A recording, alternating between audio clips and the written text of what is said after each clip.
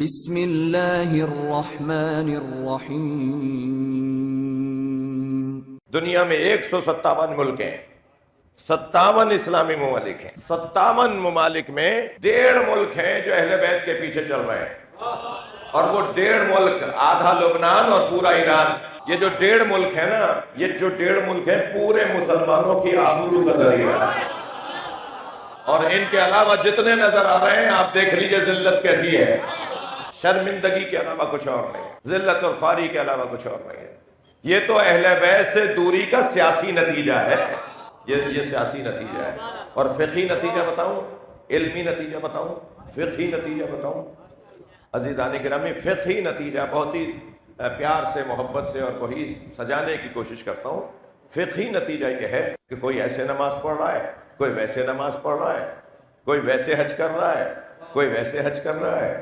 اہل بیت سے ہٹ کر چلنے والے کبھی کسی کی فتوے پہ عمل کر رہے ہیں، کبھی کسی کے فتوے پہ عمل کر رہے ہیں، کبھی کسی کے فتوے پہ عمل کر رہے ہیں۔ لیکن جو اہل بیت کے پیچھے چلنے والے لوگ ہیں، ان کے نزدیک وہی فتویٰ ہے کہ جس کے پیچھے قرآن اور اہل بیت کی تعلیم۔ دادا پردادا کے زمانے سے چارپائیاں الٹی کرتے ہیں محرم میں، جی ان کے گھر نیاز نظر ہوتی ہے۔ کب سے ہو رہا ہے؟ ایک صاحب تو کہنے لگے کہ صاحب ہمارے ہاں تو مجھے یاد نہیں ہے کہ ہمارے دادا کہتے تھے کہ ہمیشہ سے ایسا ہی ہے۔ تو صدیوں سے جس گھر کے اندر حسین حسین ہوتا ہو، وہ نماز حسین کے مطابق کیوں نہیں پڑھتا؟ بھائی سارے کام علی کے مطابق، سارے کام امام حسین کے مطابق، تو نماز اور روزہ حسین اور علی کے مطابق کیوں نہیں؟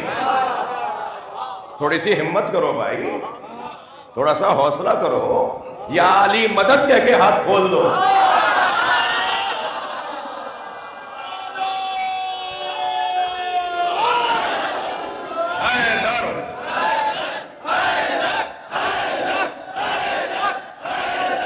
بھائی آبا و اجداد سے، دادا پردادا سے ماتمی ہو، دادا پردادا سے کالے کپڑے پہنتے ہو، یا علی مدد بولتے ہو، حجی مروان بولتے ہو، گالیاں دیتے ہو مروان کو۔ دشمنان اہل بیت کو گالیاں دینا ثقافت سندھ ہے۔ سندھ کی ثقافت ازرق ہے، ٹوپی ہے، اس پہ کہیں اور بات کروں گا، مگر سندھ کی ثقافت اہل بیت کے دشمنوں پہ تبرہ ہے، اس پر ابھی بات کروں گا۔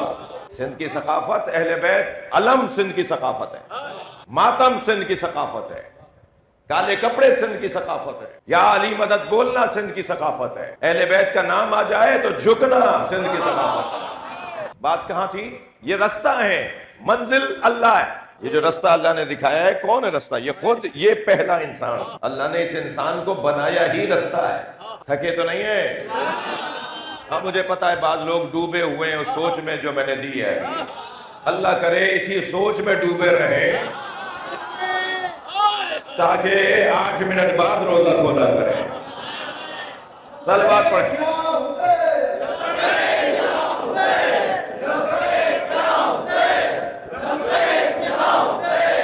صراط پر قائم رکھ، روزانہ نماز میں کہتے ہیں نا، اہدنا الصراط المستقیم، یا اللہ ہمیں سچے اور سیدھے رستے پہ قائم رکھ۔ یہ جو قائم رکھ ہے نا، یہ رہو اس کے اوپر۔ کیوں یہ نہیں کہہ رہا اللہ کہ اس رستے کو چھوڑ کے آگے بڑھ جاؤ؟ اس رستے پر باقی رہو، اول سے آخر تک وہ رستہ ہے۔ اب ہم میں سے کوئی ہوگا جو ابھی جس نے رستے کے اوپر قدم رکھا ہے، کچھ وہ ہیں جو 200 کلومیٹر آگے آ گئے، کچھ وہ ہیں جو 600 کلومیٹر آگے آ گئے، تشبیہ دے رہا ہوں صرف، کچھ وہ ہیں جو مثال کے طور پر منزل کے قریب ہیں، کچھ وہ ہیں کہ جو بالکل منزل پہ پہنچنے والے ہیں۔ یہ کیوں نہیں ہے کہ ہم جب تک زندہ ہیں نا، ہم رستے پہ رہیں گے، منزل ہمیں جب ملے گی جب ہمارا دم توحید پہ نکلے۔ توجہ چاہوں گا، ہم جب تک زندہ رہیں گے ہم رستے پہ رہیں گے جہاں دم نکلتے وقت ہمیں اللہ یاد رہے، جب دم نکلتے وقت ہمیں رسول اللہ یاد رہے، جب دم نکلتے وقت ہمیں مولا علی یاد رہے، تو گویا سمجھے منزل پر پہنچ گئے۔ بھائی سیدھے راستے پہ قائم رکھ کا کیا مطلب ہے؟ اہدنا الصراط المستقیم، یا اللہ ہمیں سیدھے یہ کیوں دعا نہیں کر رہے کہ یا اللہ ہمیں سیدھے راستے سے گزار کے منزل پہ پہنچا؟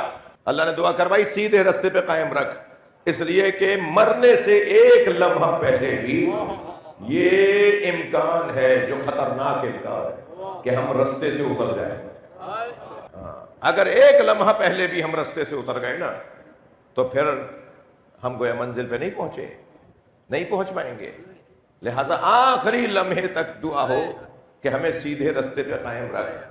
یہ جب آخری لمحہ آئے نا, تھکے نہیں ہیں تو دلیل دے دو, سیدھے رستے پر آخری وقت تک قائم رہنا ہے, سیدھے رستے پر آخری وقت تک قائم رہنا ہے, تبھی تو مرتے دم تلقین پڑھنے کا حکم ہے. من ربوں کا, تمہارا رب کون ہے؟ من نبیوں کا, تمہارا نبی کون ہے؟ من اماموں کا, تمہارا امام کون ہے؟ قل فی جوابہما, جواب دے دو ان دونوں فرشتوں کو, اللہ جل جلالہ ربی محمد و نبی و علی امیر المؤمنین امام. صلوات پڑھ لیں محمد و آل محمد. آخری لمحے میں ہم سے تلقین کیوں پڑھوائی جا رہی ہے؟ ہمیں کیوں سنوایا جا رہا ہے؟ تلقین کا حکم قبر میں لٹانے سے پہلے مرنے کے وقت کا ہے. تلقین پڑھنے کے 3 مرحلے بیان ہوئے ہیں. مرتے دم, قبر میں لٹا کر, قبر بند کر کے. ہمارے یہاں بعض جگہ کب جنازہ اٹھانے سے پہلے بھی سنایا جاتا ہے. ٹھیک ہے, ایک دفعہ اور بھی پڑھ دیجیے گا, ایک دفعہ اور پڑھ دیجیے گا, کیا مطلب ہے صاحب 10 دفعہ پڑھ دیجیے. لیکن جو حکم ہے جب دم نکل رہا ہو, ہم کیونکہ جذبات کو, اچھا آپ دیکھیے اسلام کا فلسفہ, شرعی احکامات کا فلسفہ, اس وقت میں سبھی رونے میں لگے ہوئے ہیں, سبھی اپنے مطلب میں لگے ہوئے ہیں, سبھی اپنے احساسات سے مغلوب ہیں, سب پر ان کے احساسات غالب ہیں. اس مرنے والے کا کوئی خیال ہی نہیں ہے, اس مرنے والے کے بارے میں کوئی سوچ ہی نہیں ہے. بھائی اسے سناؤ, اسے یاد دلاؤ, اسے کہو ابھی فرشتہ آ رہا ہے, تمہارے ہاتھ پیر کھچ رہے ہیں, تم ہاتھ پیر چلا رہے ہو, تمہاری پتلیاں چڑھ رہی ہیں, تمہارے آخری سانس چل رہے ہیں, ڈاکٹر کہہ رہا ہے کچھ دیر کے مہمان ہیں. اسے کہو کہ تمہارا رب کون ہے, اسے یاد دلاؤ کہ تم کس کو نبی مانتے ہو, اسے یاد دلاؤ کہ تم کس کو علی مانتے ہو. اور یقین رکھیے جو مجلسوں میں آنے کے عادی ہے نا, وہ آخری وقت میں اچھا سنتے بھی ہیں, اچھا بولتے بھی. اور جو کئی سال تک یا علی مدد کا جواب نہ دیتا ہو, جو کئی سال تک حسین نہ بولتا ہو, پھر وہ مشکل میں آ جائے گا آخری وقت میں. سلام ہو, آفرین ہو ان لوگوں پر جو عزاداری امام حسین میں بار بار شریک ہوتے ہیں, تاکہ عادت ہونے لگے پوچھنے پر کے جواب کیا دیا جاتا ہے. صلوات پڑھ لیں محمد و آل محمد.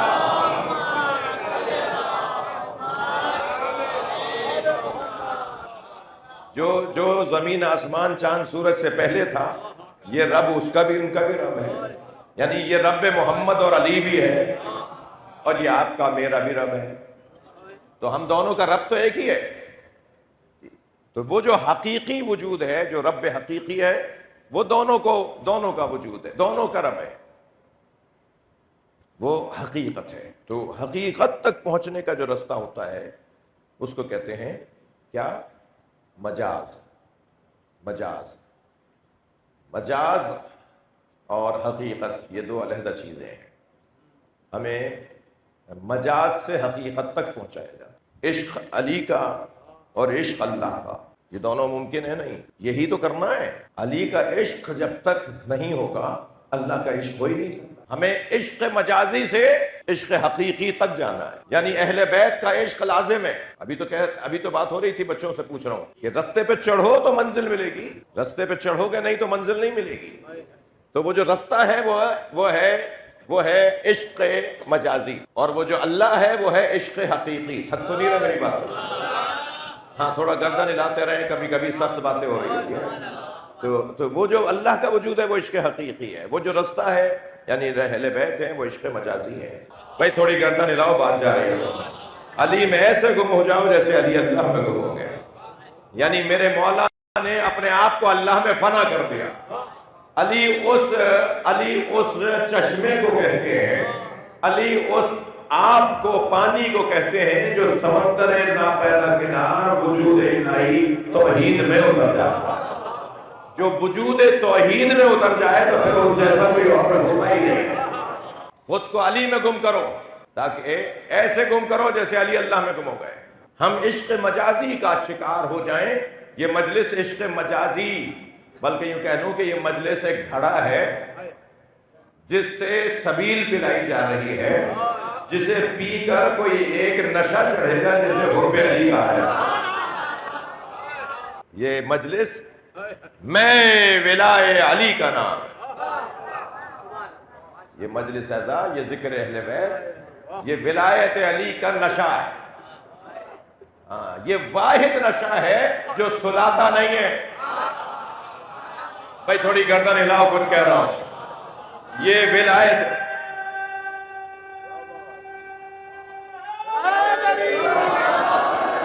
یہ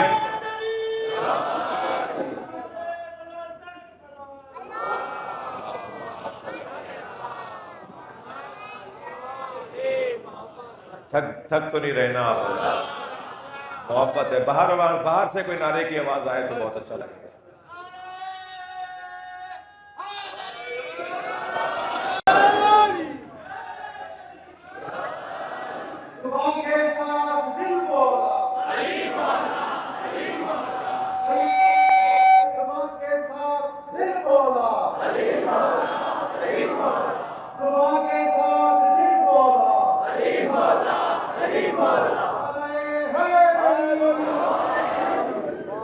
توجہ ہے،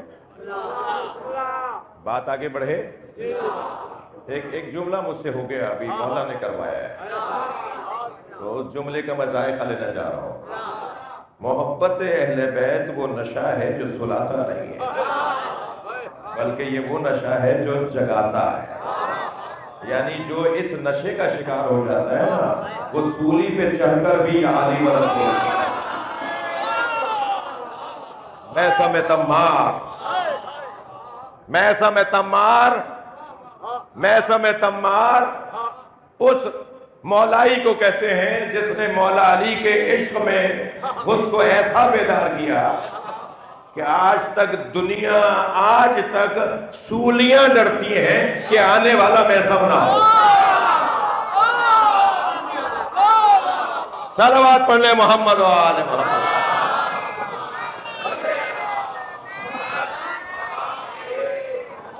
ایک بندے نے سولی پہ چڑھ کر اس پودے کو پانی دیتے رہے جس پودے کو درخت بن کے میثم کے لیے سولی بننا تھا۔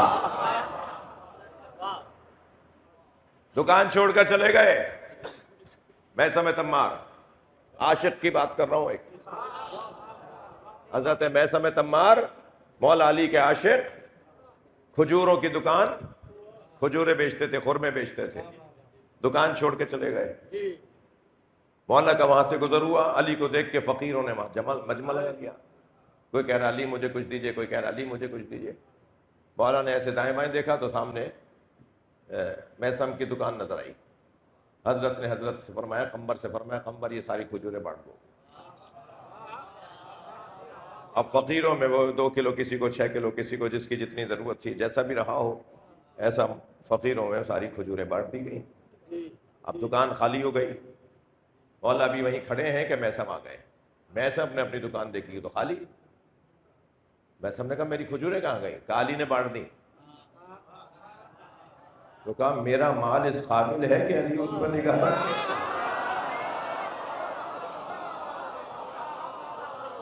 بھائی اگر تھکے نہیں ہے تو جملہ کہہ رہا ہوں، وہ شیعہ کیا شیعہ ہے جس کا مال مولا کے لیے نہ ہو؟ لبیک یا حسین،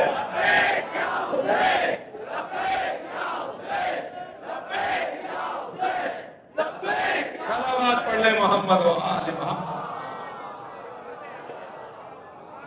جی وہ مولائی کیا مولائی ہے جس کا مال مولا کے لیے نہ ہو؟ اس مولائی کو مولائی کہلوانا ہی نہیں چاہیے جس کا مال مولا کے لیے نہ ہو۔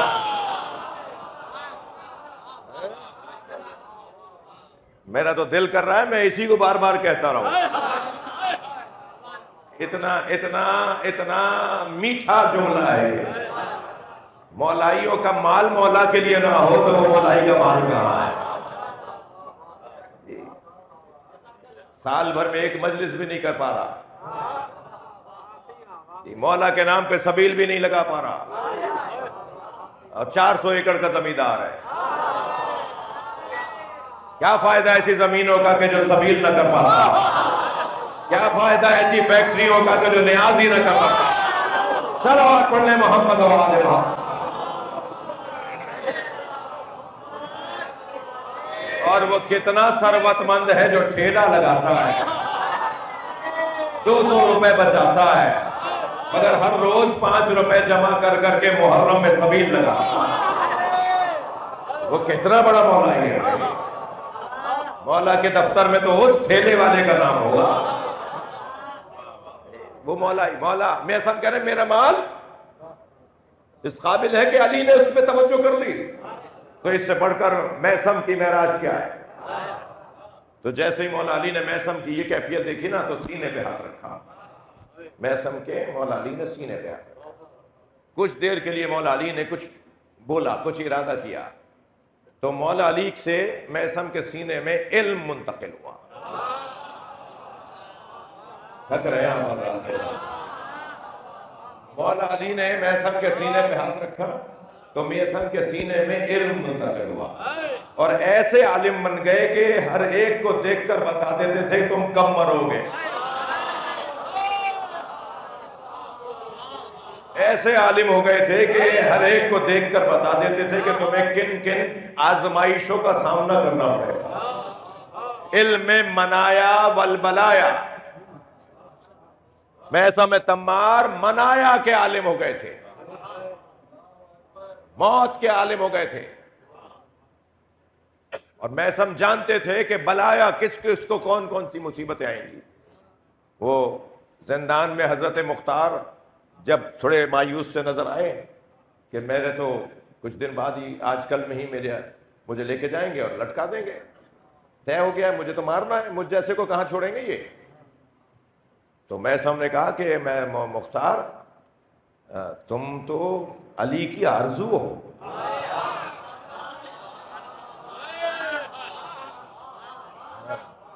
میسم تم تو علی ابن ابی طالب کی آرزو ہو، تم وہی تو کرار ہو۔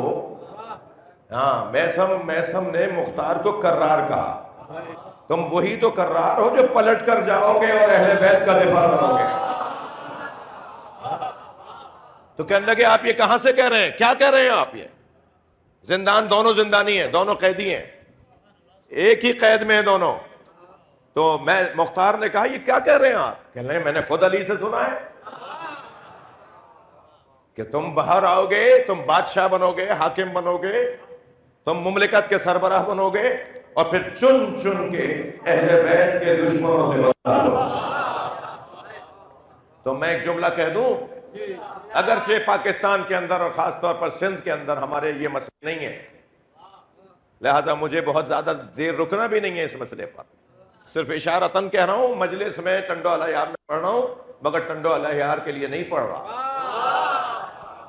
مجلس جا رہی ہے پوری دنیا میں، کچھ ہی دیر میں پوری دنیا کے لاکھوں لوگ اسے سن لیں گے، تو مجلس سب کے لیے پڑھ رہا ہوں، اور جہاں جہاں تک یہ پانی مرنے کی جگہ ہے وہاں تک کے لیے پڑھ رہا ہوں،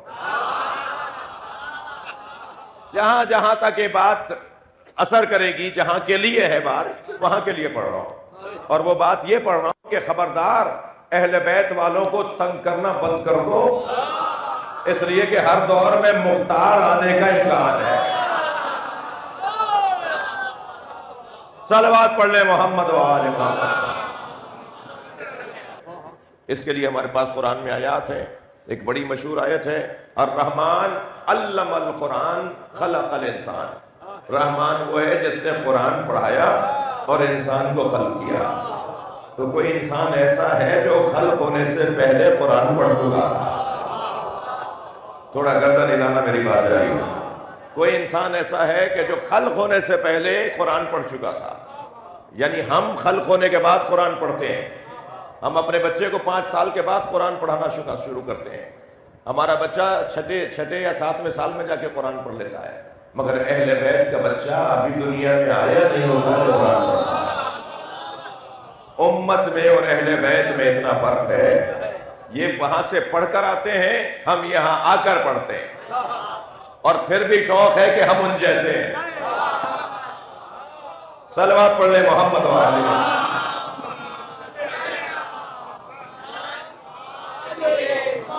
تو وہ انسان جو خلقت سے پہلے، مخلوق سے پہلے تھا، کچھ نہیں تھا اور وہ تھا.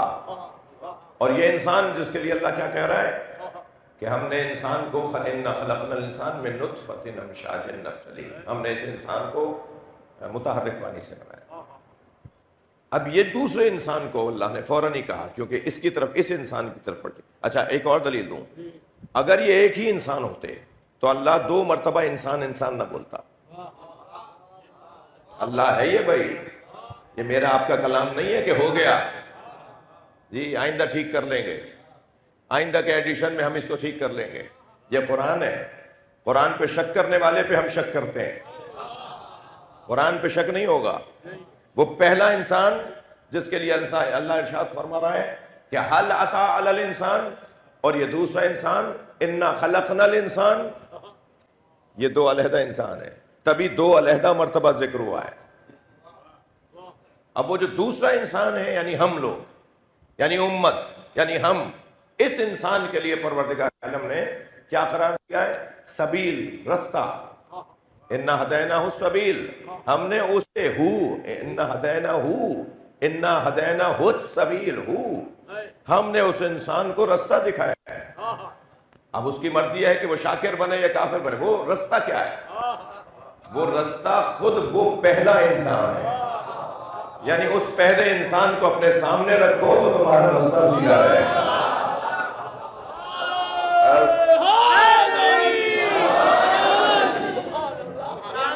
بھائی کیسے؟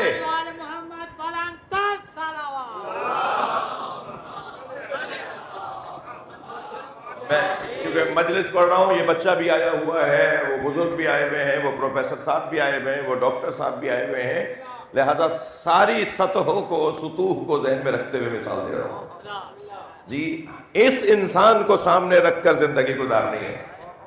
کیا مطلب ہے؟ معاذ اللہ ان کی پرستش کرنی ہے، معاذ اللہ ان کی عبادت کرنی ہے، ہم ان کے آگے سجدہ کریں گے معاذ اللہ. کیا مطلب ہے کہ اس انسان کو، اس انسان کے لیے رستہ بنا دیا. یہ رستہ ہے، منزل نہیں ہے. توجہ رکھیں گے عزیزان کرام، یہ رستہ ہے، منزل نہیں ہے. آپ قبلے کو طے کرنے کے لیے کہاں رک کر کے نماز پڑھوں، آپ کیا کرتے ہیں؟ کیا کرتے ہیں؟ پہلے زمانے میں جو بزرگ بیٹھے ہیں، پہلے شاخص لگایا جاتا تھا. ہمیں فقہی کتابوں میں پڑھایا بھی جاتا ہے. شاخص یعنی ایک لکڑی کو گاڑا جاتا تھا تاکہ سورج کی پرچھائی سے، سورج کی سے جو سایہ بنے گا اس لکڑی کا، اس سے اندازہ کریں کہ قبلہ کس طرف ہے.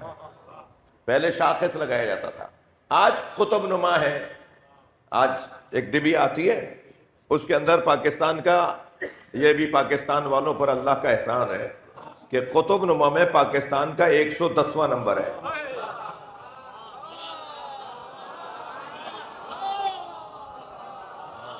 یعنی 110 نمبر پہ جب آپ سوئی کو روکیں گے نا، تب پاکستان والوں کو پتہ چلے گا کعبہ کہاں ہے. صلوات پڑھ لیں محمد.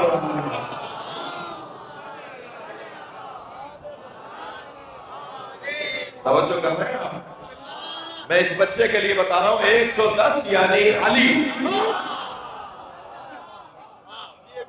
اپنی سوئی کو علی کی طرف کرو تاکہ اللہ نظر آ جائے. صلوات پڑھ لیں محمد.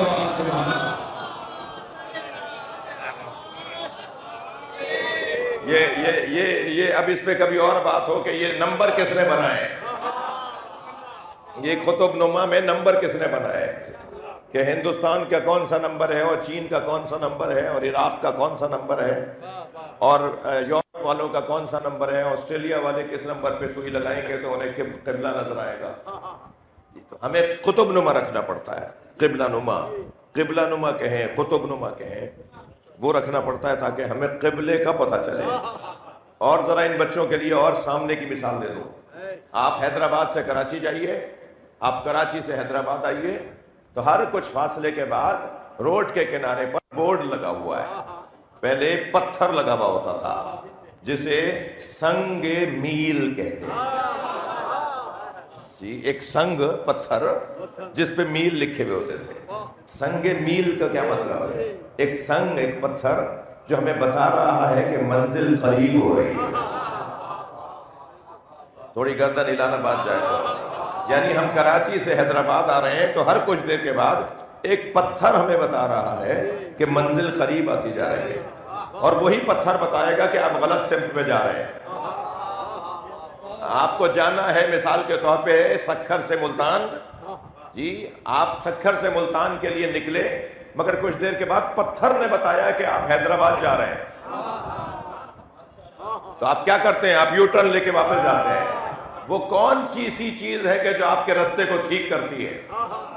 وہ کون سی چیز ہے جو آپ کے سمت کو درست کرتی ہے؟ وہ کون سی ہے جو آپ کو منزل کی طرف لے جاتی ہے؟ وہ ہے وہ سنگ میل۔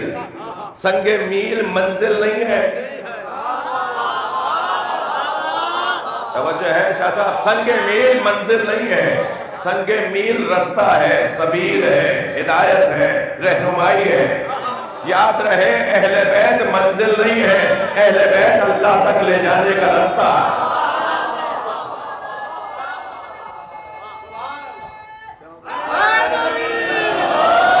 بڑی عنایت، آپ نے توحید کا ایک ظریف باب مجھ سے سن لیا۔